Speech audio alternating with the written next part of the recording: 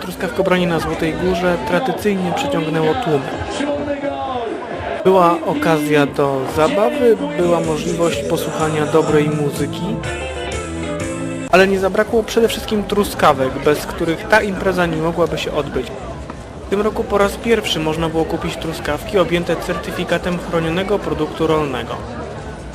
Plantatorzy dopisali, można spróbować truskawki świeżej, można w różnych przetworach, koktajle, ciasta. Tutaj widzimy panie z kół gospodyń, z Gorzałego akurat, świetnie przygotowały swoje tutaj desery. Ponad 20 plantatorów zgłosiło się też do firm certyfikujących, które będą sprawdzać, kontrolować, czy są zgodne z certyfikacją, przeprowadzać kontrolę i później będą mogły otrzymać właśnie ten certyfikat, co upoważnia do korzystania z tej nazwy. Plantatorzy radzą, by cieszyć się truskawkami, bo będzie ich w tym roku niewiele.